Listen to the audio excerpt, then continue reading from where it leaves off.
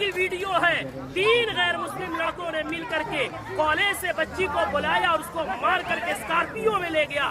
3 दिन रेप किया और रेप करने के बाद उसके जिस्म को सरेआम ले आकर के फेंक दिया।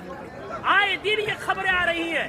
मैं पूछना चाहता हूँ, इसके पीछे के जिम्मेदार मुआशरे के हमारे और आप जैसे बेगैरत लोग नहीं है जो शादियों में, नाच गानों में, पैसों में आग लगा रहे और आग लगा करके शादियों को इतना मुश्किल बना दिया कि वक्त में शादियां नहीं हो रही है, जिसकी वजह से हमारी बेटियां, जज्बात उनमें भी है, जज्बात की रो में बह करके एजुकेशन वाली बच्चियां गैरों के गोद में खेल नहीं रही है, बल्कि टिश्यू पेपर बना करके उन्हें इस्तेमाल करके गली कूचों में फेंक नहीं दिया जा रहा है, बल्कि उनके चेहरे उड़ाए जा रहे हैं। इतने अदब व एहतराम के साथ बार बार इसरार करने के बाद झुक करके, बाप कह करके, भाई कह करके, ईमान का हवाला देकर, इस्लाम का हवाला देकर, पूरी सोसाइटी के अदब पैमान का हवाला देकर के कहा गया, लेकिन फिर क्यों नहीं माने?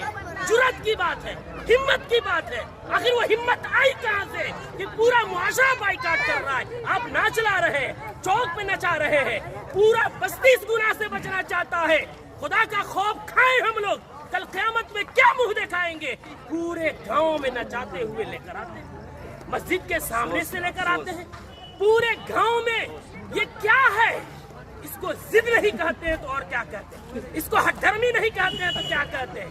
कौन है वो मौलवी, कौन है वो आलिम दीन जिसने कुरान और हदीस पढ़ा है और इतनी सख्ती से मना करने के बाद उस मजलिस में, उस शादी में नाच गाना हो और वो निकाह पढ़ाए, उसका कुरान और हदीस इजाजत देता है? मैं तो एहतराम करता हूँ कि इन्होंने पहले ही जो हमसे मोहब्बत और शफकत के साथ इकरार किया है। कौन है ऐसा जो जिस मजलिस में नाच हो रहा हो, जिस स्टेज में वेशियों का धंधा चल रहा हो, जिस स्टेज में खड़ा हो करके बहनों के पाँव में घुंघरू बांधा जा रहा हो, उनके सरों से दुपट्टे खींचे जा रहे हो, जिस निकाह जो इबादत है उस इबादत के अंदर मुआशरे के लंगे और लुफंगे और लवंडे औरतों के पीछे तालियां बजा रहे हो, वो निकाह में किस मौलवी का इल्म इजाजत देगा निकाह पढ़ाने का?